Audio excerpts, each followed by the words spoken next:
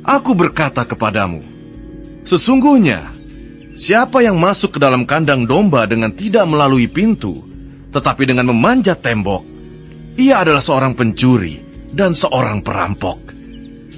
Tetapi siapa yang masuk melalui pintu, ia adalah gembala domba. Untuk dia penjaga membuka pintu, dan domba-domba mendengarkan suaranya. Dan ia memanggil domba-dombanya masing-masing menurut namanya, dan menuntunnya keluar.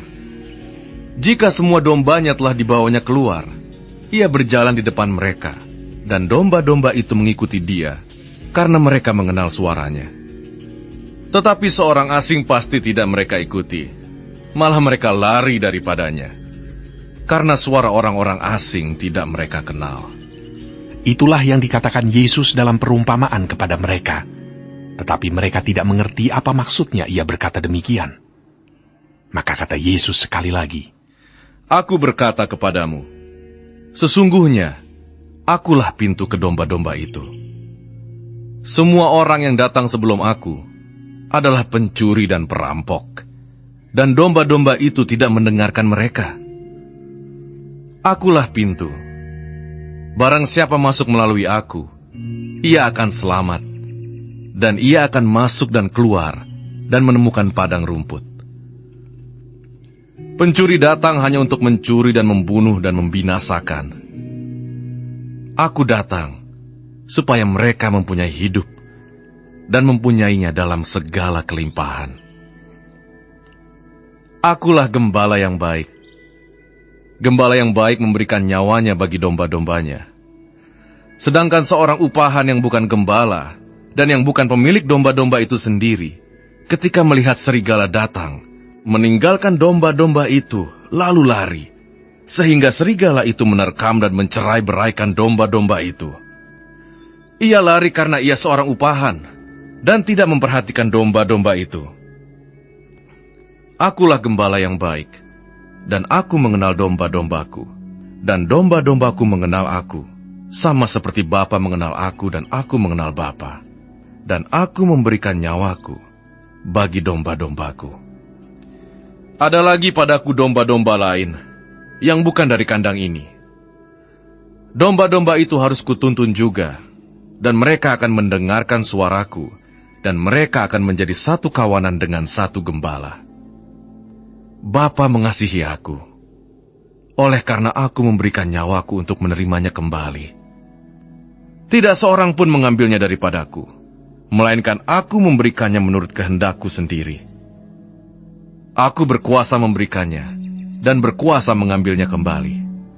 Inilah tugas yang kuterima dari Bapakku. Maka timbullah pula pertentangan di antara orang-orang Yahudi karena perkataan itu. Banyak di antara mereka berkata, Ia kerasukan setan dan gila. Mengapa kamu mendengarkan dia? Yang lain berkata, Itu bukan perkataan orang yang kerasukan setan. Dapatkah setan memalingkan mata orang-orang buta? Tidak lama kemudian, tibalah hari raya pentahbisan Bait Allah di Yerusalem. Ketika itu musim dingin. Dan Yesus berjalan-jalan di Bait Allah, di serambi Salomo. Maka orang-orang Yahudi mengelilingi dia dan berkata kepadanya, Berapa lama lagi engkau membiarkan kami hidup dalam kebimbangan? Jikalau engkau Mesias, katakanlah terus terang kepada kami. Yesus menjawab mereka, Aku telah mengatakannya kepada kamu, tetapi kamu tidak percaya. Pekerjaan-pekerjaan yang kulakukan dalam nama Bapakku, itulah yang memberikan kesaksian tentang aku. Tetapi kamu tidak percaya, karena kamu tidak termasuk domba-dombaku. Domba-dombaku mendengarkan suaraku, dan aku mengenal mereka, dan mereka mengikut aku. Dan aku memberikan hidup yang kekal kepada mereka, dan mereka pasti tidak akan binasa sampai selama-lamanya, dan seorang pun tidak akan merebut mereka dari tanganku. Bapakku yang memberikan mereka kepadaku lebih besar daripada siapapun, dan seorang pun tidak dapat merebut mereka dari tangan Bapa. Aku dan Bapa adalah satu. Sekali lagi, orang-orang Yahudi mengambil batu untuk melempari Yesus. Kata Yesus kepada mereka, Banyak pekerjaan baik yang berasal dari Bapakku yang kuperlihatkan kepadamu. Pekerjaan manakah di antaranya yang menyebabkan kamu mau melempari aku? Jawab orang-orang Yahudi itu. Bukan karena suatu pekerjaan baik maka kami mau melempari engkau, melainkan karena engkau menghujat Allah. Dan karena engkau, sekalipun hanya seorang manusia saja, menyamakan dirimu dengan Allah. Kata Yesus kepada mereka, Tidakkah ada tertulis dalam kitab Taurat kamu, aku telah berfirman, kamu adalah Allah.